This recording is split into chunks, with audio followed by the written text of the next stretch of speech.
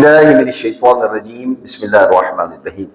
خداوند عالم مومن کو فوراً اور جلد سزا کیوں دیتا ہے جبکہ دوسرے کافر ہیں، منافق ہیں، جو بھی کام کرتے رہیں خداوند عالم ان کی نعمتوں میں اور اضافہ کرتا ہے؟ تو یہی سوال کیا سفیان بن سمد نے حضرت امام جعفر صادق علیہ السلام سے۔ شیخ صدوق علیہ الرحمہ نے اس روایت کو نقل کیا ہے۔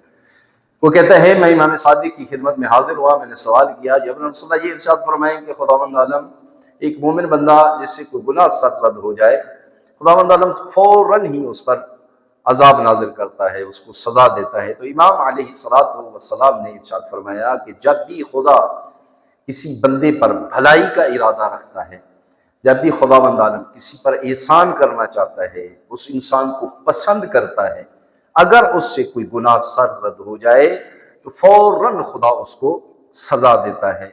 کیوں سزا دیتا ہے؟ اس لیے کہ وہ سزا عبرت بنے استغفار کی، فوراً وہ اپنا غرض خلقت سمجھ لے اور سیدھے راستے پر آ جائے، توبہ کرے، استغفار کرے، اللہ کو یاد رکھے۔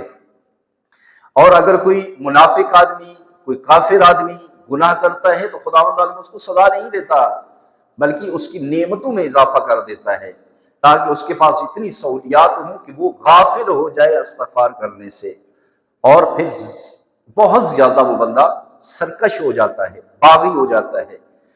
تو فرمایا کہ جب اس کے پاس نعمتیں زیادہ ہوتی ہیں وہ استغفار نہیں کرتا، تو جب ہم اسے پکڑیں گے اسے معلوم تک نہیں ہوگا۔ ہماری گرفت خداوند عالم نے ارشاد فرمایا بہت زیادی ہے۔ جب مومن اس دنیا میں گناہ کرتا ہے، اگر گناہ کم ہے تو اس دنیا میں اس کی سزا ہے، غربت کی شکل میں، جی طبیعت خراب ہوگی، بخار ہو گیا، کوئی حادثہ ہو گیا خدا نہ خواستہ، اگر بیوی اچھی ہے تو شوہر اس کو اچھا نہیں ملا، یہ بھی گناہوں کا کفارہ ہے اور سزا ہے۔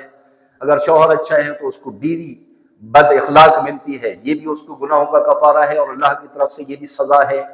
اور اگر اس کے گناہ اور زیادہ ہیں تو پھر سکرات موت ہے، وہاں اس کو سزا دی جاتی ہے جب اس کے جسم سے روح نکالی جاتی ہے، چونکہ یہ ایک بہت ہی سخت مرحلہ ہوتا ہے، یہ بھی گناہوں کا کفارہ ہے، یہ بھی اللہ کی طرف سے سزا ہے، کیونکہ خدا اس بندے پر بھلائی کا ارادہ رکھتا ہے، خدا نہیں چاہتا کہ یہ بندہ جہنم جائے۔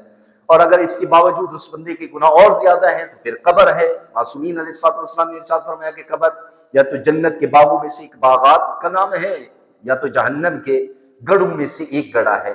تو گویا کہ یہ بھی اللہ کی طرف سے اس کو گناہوں کی سزا ہے۔ اگر اس کے بعد بھی گناہ اس بندے کے زیادہ ہیں تو پھر قبر سے لے کر قیامت تک مرحلہ یہ گناہوں کا کفارہ ہے، یہ سزا ہے۔ اس کے بعد اور گناہ زیادہ ہے تو قیامت والا دن ایک سخت ترین دن ہے، یہ بھی گناہوں کا کفارہ ہے۔ اور پھر اگر اس کے اور زیادہ گناہ ہیں تو پھر پل صراط ہے، اور اگر اس کے باوجود اس کے اور زیادہ گناہ ہیں تو پھر جہنم ہے۔ جہنم میں چند دن، چند ہفتے، چند مہینے، چند سال یہ وہاں رہے گا، اور پھر اس کو نکال کے جنت میں داخل کیا جائے گا۔